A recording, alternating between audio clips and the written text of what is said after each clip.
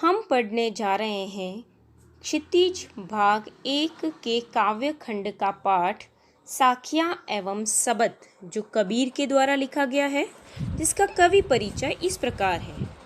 भक्तिकालीन निर्गुण संत परंपरा के प्रतिनिधि कवि कबीर जी के जन्म और मृत्यु के बारे में अनेक किंवदंतियाँ प्रचलित हैं, अर्थात अनेक बातें प्रचलित हैं।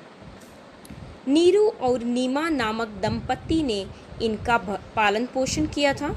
इन्होंने विधिवत शिक्षा नहीं पाई, परंतु सत्संग, पर्यटन तथा अनुभव से जो ज्ञान प्राप्त किया, वही इनके साहित्य का स्रोत बना। कबीर जी ने निराकार, जिसका कोई आकार नहीं है, ऐसे ईश्वर के प्रति अपनी भक्ति प्रकट की। इनके अनुसार प्रेम और ज्ञान से ही ईश्वर की प्राप्ति हो सकती है। इन्होंने गुरु को ही ईश्वर से भी श्रेष्ठ माना है। इन्होंने मूर्ति पूजा, बाह्य आडंबर, तिलक, माला आदि पाखंडों का विरोध भी किया है। निर्गुण काव्य धारा के सर्वश्रेष्ठ संत कवि कबीरदास द्वारा रचित इन साखियों में अनुभव एवं ज्ञान के महत्व पर बल दिया गया है। साखी का अर्थ होता है प्रत्यक्ष ज्ञान। यह प्रत्यक्ष ज्ञान गुरु शिष्य को प्रदान करता है। जगह जगह भ्रमण का प्रत्यक्ष ज्ञान प्राप्त कर कबीर जी का अनुभव क्षेत्र बहुत बड़ा यानी विस्तृत हो गया था। इसलिए उनके द्वारा रचित साखियों में अवधी, राजस्थानी, भोजपुरी और पंजाबी भाषाओं के पर्याप्त शब्दों का प्रभाव दिखाई पड़ता है। इसलिए इनकी भाषा को सधुक्कड़ी कहा जाता है। पाठ साखियाँ और सबद, जो कबीर के द्वारा लिखा गया है, उनकी पहली साखी है मानसरोवर सुभर जल, हंसा केली कराही, मुक्ता फल मुक्ता चुगे, अब उड़ी अनंत न जाही। कबीरदास जी कहते हैं कि मानसरोवर झील पूरी तरह से स्वच्छ जल से भरी हुई है। वहाँ हंस खेलते हुए मोती चुग रहे हैं। वे वहाँ से उड़कर कहीं और नहीं जाना चाहते। अर्थात मानसरोवर मन रूपी सरोवर है, जहाँ आत्मा रूपी हंस स्वतंत्र होकर भक्ति रूपी मोती चुगने का आनंद ले रहे हैं।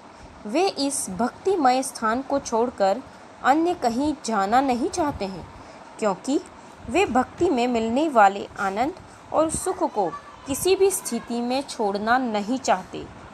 कबीर की दूसरी साखी है प्रेमी ढूंढत मैं फिरो, प्रेमी मिले न कोई, प्रेमी को प्रेमी मिले, सब विष अमृत होई। अर्थात कबीर कहते हैं कि मैं अर्थात भक्त सच्चे ईश्वर प्रेमी को ढूंढता फिरा, पर मुझे ऐसा प्रेमी कोई नहीं मिला। जब ईश्वर भक्त को सच्चा ईश्वर प्रेमी मिला, तब मन की विषय वासनाओं का सारा विष अमृत में परिणत हो गया। अर्थात ईश्वर प्रेम के प्रवाह से हृदय आनंद से भर गया तथा सारी बुराइयां समाप्त हो गई। बच्चों, कबीरदास जी के तीसरी साखी हस्ती चढ़िए ज्ञान की, सहज दुरीचा डाली, स्वान रूप संसार है, भूखन दे जखमारी। प्रस्तुत साखी में ज्ञान के महत्व को बताया गया है। कबीरदास जी कहते हैं कि हे साधु अर्थात सज्जन पुरुष, तुम ज्ञान रूपी हाथी पर सहजता रूपी आसन डालकर बैठ जाओ। यह संसार तो कुत्तों के समान है, उसे भौंक भौंक कर अपना समय बर्बाद करने दो। अर्थात संसार की निंदा की परवाह किए बिना निरंतर ज्ञान मार्ग पर अग्रसर रहो और भक्ति का आनंद लो। कबीरदास जी की चौथी साखी है पखा पखी के कार ने सब जग रहा भुलान, निरपख होय के हरि भजे, सोई संत सुजान।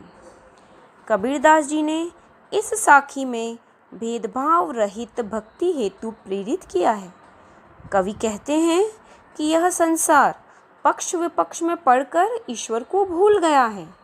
कवि का मानना है, जो निष्पक्ष होकर ईश्वर की आराधना करता है, अर्थात जो हिंदू मुस्लिम भेद में नहीं पड़ता वही सच्चा संत और समझदार संत होता है।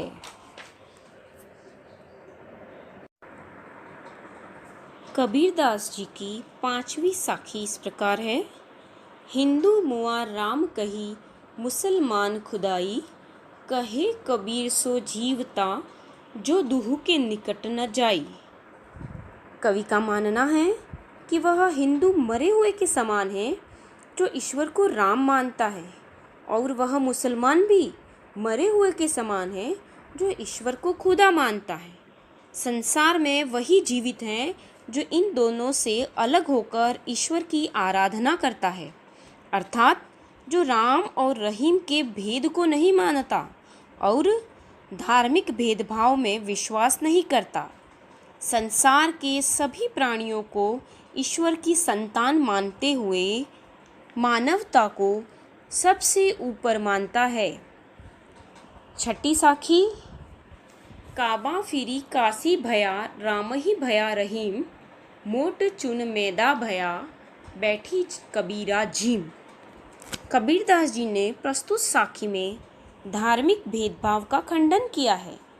कबीर कहते हैं कि जब मुझे सच्चे ज्ञान की प्राप्ति हुई तब मुस्लिम तीर्थ स्थान काबा काशी के समान और राम रहीम के समान लगने लगा। सच्चे ज्ञान को प्राप्त करके मेरी दृष्टि ने हिंदू मुस्लिम के भेद को देखना बंद कर दिया। मेरे हृदय में मोटे चुन रूपी जो विकार थे वो मैदे रूपी अच्छी बातों में बदल गए और मैं धार्मिक भेदभाव से ऊपर उठकर ईश्वर भक्ति में लग गया। कबीरदास जी की 7वीं साखी है। ऊंचे कुल का जन्मिया जे करनी ऊंच न होई, सुब्रन कलश सूरा भरा साधु निंदा सोई। प्रस्तुत साखी में कबीरदास जी ने कर्मों का महत्व बताया है। कवि का मानना है कि ऊंचे कुल में जन्म लेने से कोई व्यक्ति ऊंचा नहीं बन जाता है। ऊंचा तो व्यक्ति अपने कर्मों से बनता है। शराब से भरे सोने के कलश की भी निंदा सज्जनों द्वारा की जाती है, अर्थात ऊंचे कुल से संबंध रखने के पश्चात भी व्यक्ति की पहचान उसके अपने कर्मों से ही होती है।